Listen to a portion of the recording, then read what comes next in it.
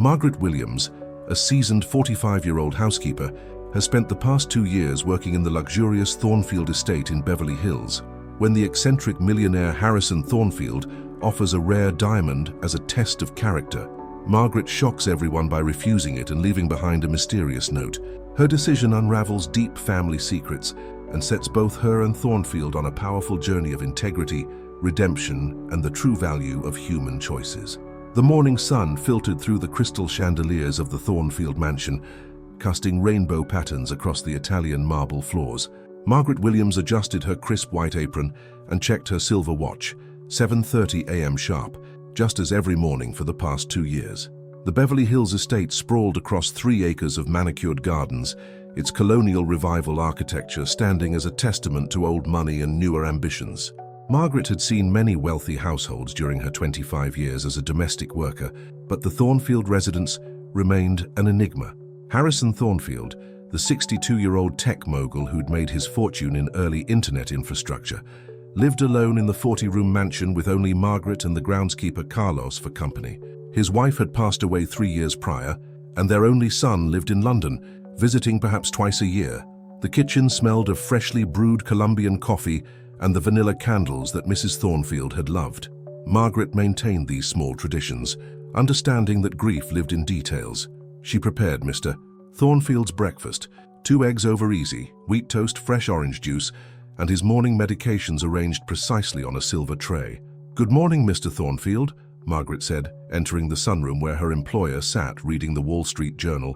Despite his wealth, Harrison was a creature of habit, preferring the same breakfast spot where he could observe the hummingbirds that visited the jasmine bushes his late wife had planted. Harrison looked up from his newspaper, his steel-gray eyes studying Margaret with an intensity that had become familiar yet still unsettling. "Margaret, please sit down. I have something important to discuss." This was unusual. In 2 years, their conversations had remained professionally courteous but distant. Margaret set the tray down and took the chair across from him, her hands folded in her lap. "I've been thinking about trust lately," Harrison began, his weathered fingers drumming against the glass table. "About character, about what truly drives people." He reached into his jacket pocket and withdrew a small velvet box. "I want to show you something." Inside the box lay a diamond, unlike anything Margaret had ever seen. It was roughly the size of a quarter, cut in a perfect, brilliant style that seemed to capture every ray of morning light and transform it into pure fire. Even in her modest experience with jewelry, she could tell this was extraordinary. "This is a flawless 15-carat diamond," Harrison said, his voice matter-of-fact. "It was my wife's engagement ring before we had it reset into a pendant. It's worth approximately $800,000. Margaret's breath caught. That amount represented more money than she'd earned in 20 years of domestic work.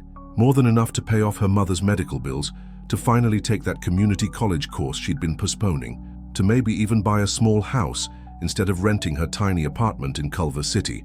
Why are you showing me this, Mr. Thornfield?" Harrison leaned back in his chair, studying her reaction.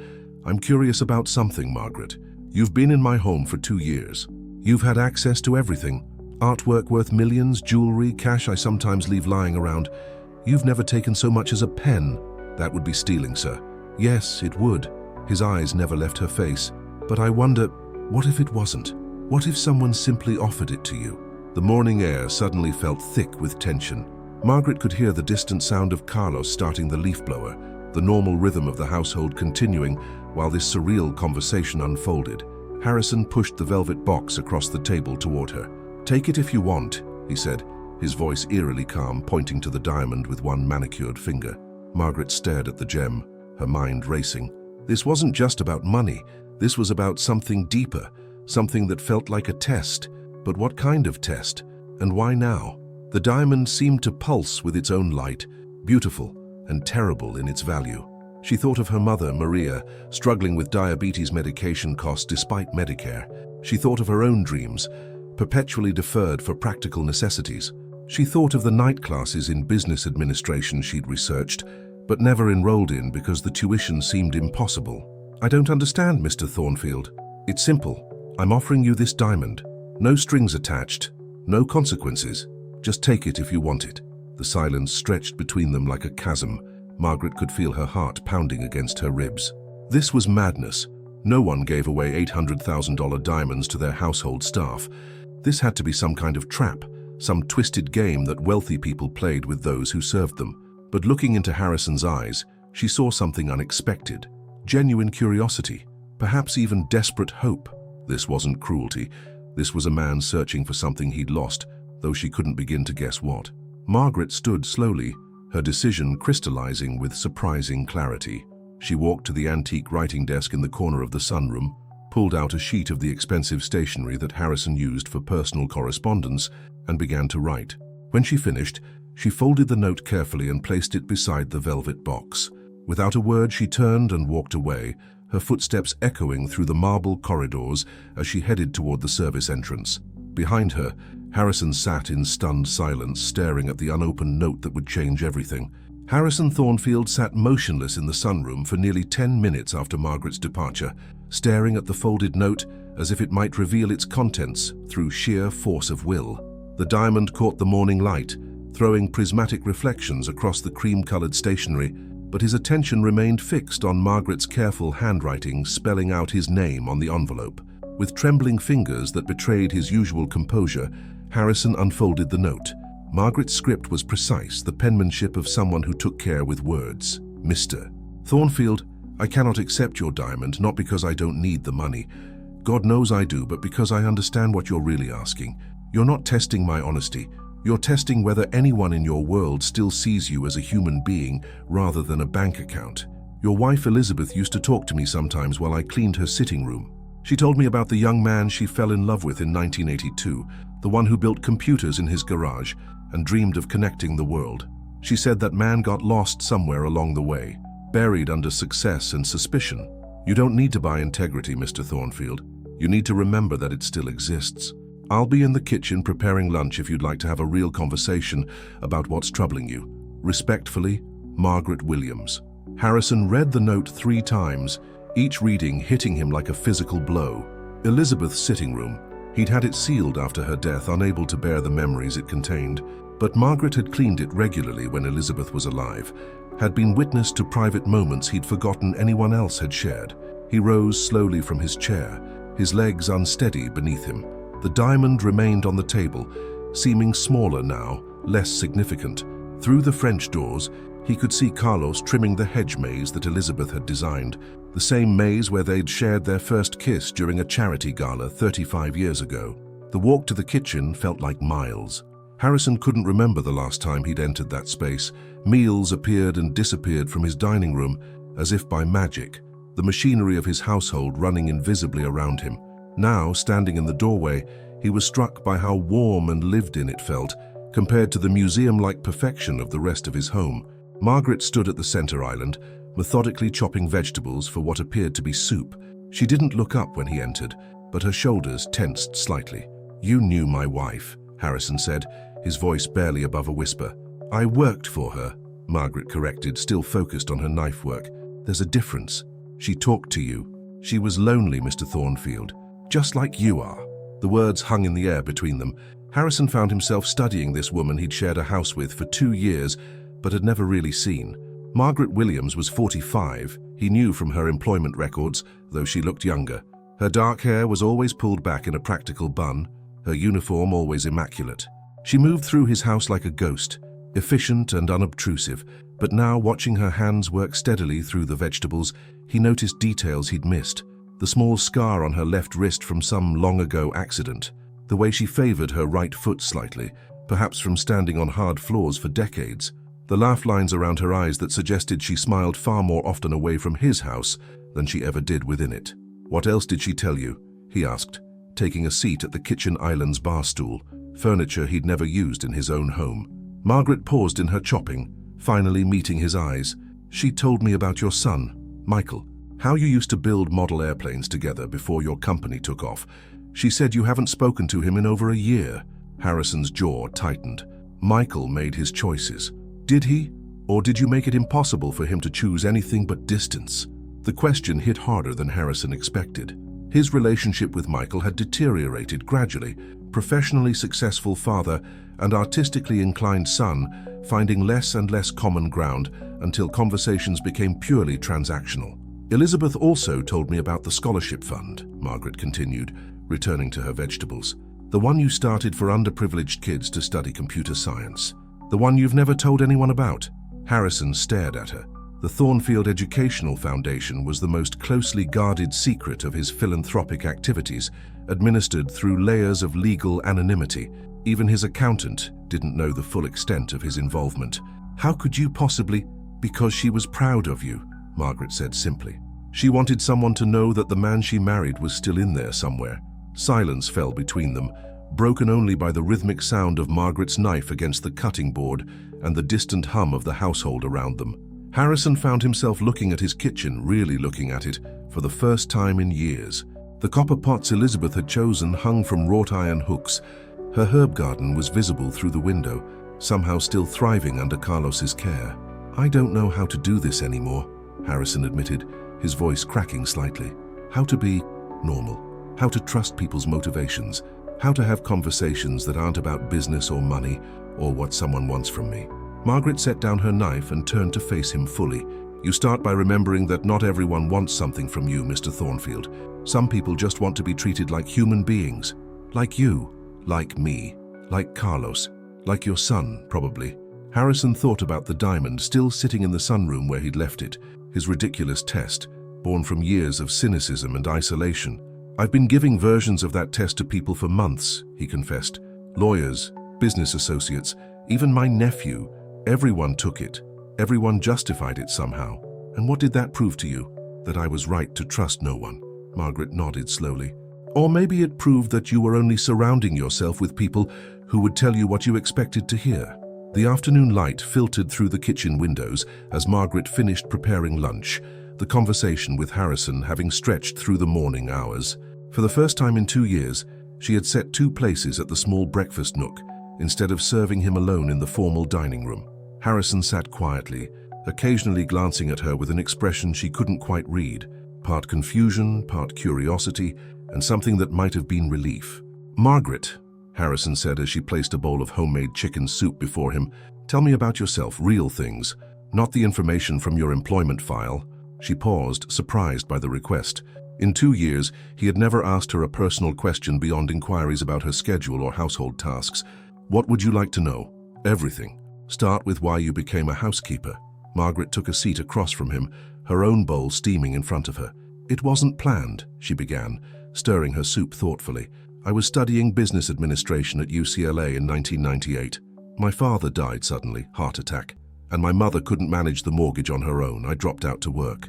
"And you never went back to school?" "I kept meaning to, but then my mother got sick and medical bills and, well, you know how that goes, or maybe you don't." She paused, realizing the awkwardness of discussing financial struggles with a man worth hundreds of millions. Harrison surprised her by nodding. "My father was a mechanic, worked 3 jobs to keep food on our table. I remember medical bills very well." This revelation stunned Margaret. Harrison's carefully cultivated image was of old money, Ivy League privilege. She had never imagined him as the son of a working-class mechanic. "I built my first computer from parts I bought with money from a paper route," Harrison continued, his voice growing softer with memory. "My father thought it was the biggest waste of time and money he'd ever seen. Said I should learn a real trade. What changed his mind? He never lived to see me succeed. Died when I was 24, just as my company was starting to take off." Harrison's spoon clinked against his bowl. "I used to tell myself I was working so hard to prove him wrong. Then I realized I was working to prove him right, that I could provide security, that I could make sure no one I cared about would ever worry about money again." Margaret studied his face, seeing him clearly for perhaps the first time. But somewhere along the way, work became everything. "Elizabeth used to say I was addicted to solving problems that money could fix, because I was afraid of the ones it couldn't." His voice caught slightly, like Michael's depression, like her cancer, like the fact that I'd forgotten how to just be with people. The kitchen fell quiet except for the gentle bubbling of soup cooling in their bowls. Margaret found herself thinking about her own choices, her own fears disguised as practicality. "Michael called me last week," Harrison said suddenly. "First time in 8 months. He's having an art exhibition in London next month. He wanted to invite me. Are you going?" I told myself I was too busy, but really I was afraid he only invited me because he needs money for something. Margaret set down her spoon. "Mr. Thornfield, can I ask you something personal?" He nodded. When was the last time you did something just because it made you happy? Not because it was profitable or necessary or expected, just because it brought you joy. Harrison stared at her for a long moment, his brow furrowed in concentration. The silence stretched until Margaret began to wonder if she had overstepped. "I can't remember," he finally whispered. "God help me, I honestly can't remember." The admission hung between them like a confession. Margaret felt her heart break a little for this lonely, wealthy man who had everything except the ability to enjoy any of it. "Elizabeth loved to dance," Harrison continued, his voice growing stronger. "Ballroom dancing. We took lessons before our wedding, and she wanted to keep taking them, but I was always too busy, too important, too tired." He looked directly at Margaret. "She died without ever dancing with her husband again after our wedding day." Margaret reached across the table and placed her hand over his. The gesture felt natural, spontaneous. The comfort one human being offers another in pain. "It's not too late to change," she said gently. "Isn't it? I'm 62 years old, Margaret.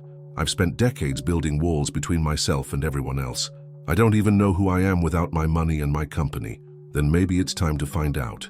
Harrison looked at their joined hands, and Margaret realized this might be the first genuine human contact he'd had since his wife's death. The thought made her want to weep. "Your son didn't invite you because he needs money," she said quietly.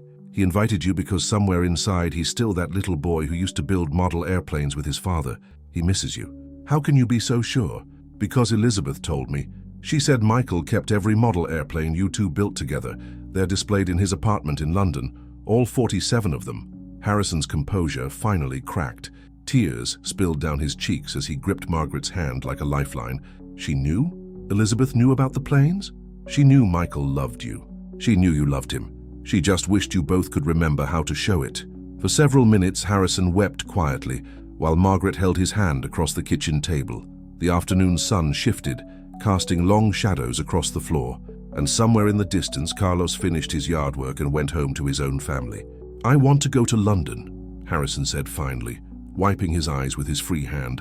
"I want to see Michael's exhibition, but I don't know how to start over with him." "The same way you started over with me today," Margaret replied, "by being honest about who you are and what you're afraid of." Harrison nodded slowly, something shifting in his expression, a door opening after years of being locked tight. "Will you help me?" he asked. "Will you help me remember how to be human again?" Margaret smiled, the first truly warm smile she'd given him in 2 years. "I thought you'd never ask." 3 months later, Margaret stood in the arrivals hall at LAX, holding a simple cardboard sign that read, "Michael Thornfield." She had insisted on coming to pick up Harrison's son herself, despite his offer to send the driver. Some moments, she had told him, required a personal touch. The man who approached her looked remarkably like his father, though his dark hair was longer, and his clothes spoke of artistic sensibility rather than boardroom authority. Michael Thornfield, 34 years old, carried himself with the cautious uncertainty of someone returning to a place that held both love and pain. "You must be Margaret," he said, his British accent refined but warm. "Dad's told me so much about you in his letters." Margaret smiled, still adjusting to the idea of Harrison writing letters by hand rather than sending emails or texts. It had been her suggestion, something about the physicality of pen on paper that forced him to slow down, to consider his words more carefully. "How was the flight?" she asked, leading him toward the parking garage. "Long but good for thinking." Michael shifted his carry-on bag to his other shoulder. "I have to admit I'm nervous. The last time I was home, well, it didn't end well." Margaret remembered the story Harrison had told her about their last fight. Michael announcing he was moving to London to pursue art, Harrison calling it an expensive hobby and threatening to cut off his trust fund, Michael leaving the next day without another word. "Your father is nervous too," Margaret said gently, "but he's different now, you'll see."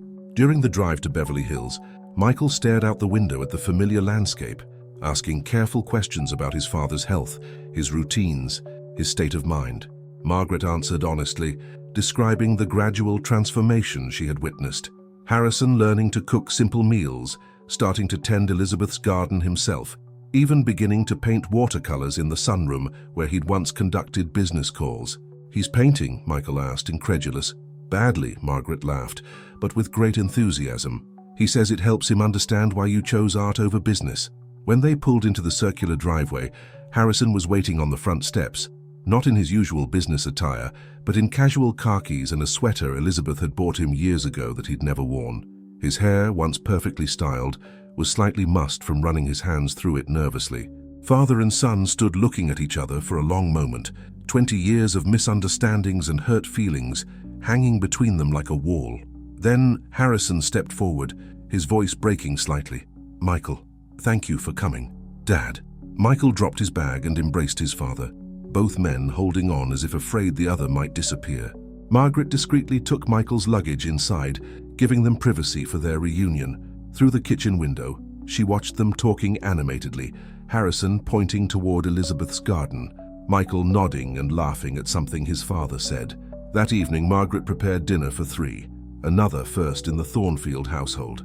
As she set the table in the informal dining room, she could hear father and son in Harrison's study, looking through photo albums and Michael's childhood artwork that Harrison had kept all these years, but never told his son about.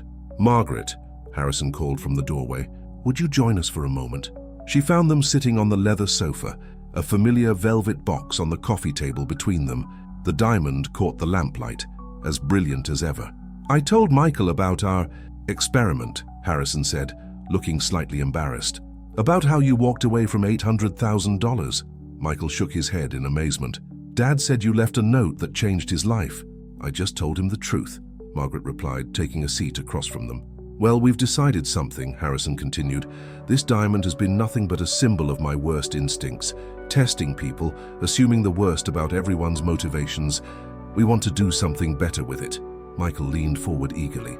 "We're going to sell it and use the money to start a foundation, art therapy programs for kids dealing with grief and loss, something that would have meant a lot to both of us after Mum died." Margaret felt tears prick her eyes. "That's beautiful. But first," Harrison said, his voice growing formal in the way it did when he was nervous, "we have a proposition for you." He reached into his jacket pocket and withdrew an envelope. "This is a business plan I've been working on for the past month. I want to start a domestic services company, not just cleaning, but full household management, elder care, family assistance. I want to do it right with fair wages, benefits, education opportunities for employees." Margaret opened the envelope with trembling hands, scanning the detailed proposal inside. It was comprehensive, thoughtful, and would provide exactly the kind of dignified work opportunities she had dreamed about for people in her profession. "I need a partner who understands the industry from the ground up," Harrison continued. "Someone with integrity, business sense, and the trust of the community we'd be serving. I'd like that partner to be you. Dad's offering you 40% ownership," Michael added with a grin. "And before you say you can't afford to invest, he's structuring it so your sweat equity counts as your buy-in." Margaret stared at the papers, then at the two men watching her hopefully. This was the opportunity she had dreamed of, during those long nights in community college catalogs she never ordered. During those moments when she imagined what life might look like if she could use her skills to build something, rather than just maintaining someone else's world. "There's one condition," Harrison said seriously. "You have to keep working here part-time, not as a housekeeper, but as family. This house is too big and too quiet for just me, and I need someone around who isn't afraid to tell me when I'm being an ass." Margaret laughed through her tears, thinking of her mother, who would be so proud to see her daughter become a business owner, thinking of all the women like herself who deserved better opportunities, better pay, better respect for the important work they did. "When do we start?" she asked. Harrison smiled, the first genuinely happy expression she had ever seen on his face. "How about tomorrow?" Outside, the California sun was setting over the Beverly Hills hills, painting the sky in shades of gold and pink. Inside the Thornfield mansion, 3 people who had found each other across the divide of class and circumstance sat planning a future built on trust, respect, and the radical idea that everyone deserved to be seen as fully human. The diamond sat forgotten on the coffee table, no longer a test or a temptation, but simply a beautiful stone that would soon help create something far more valuable than its monetary worth: hope, opportunity, and the chance for others to discover their own dignity and potential.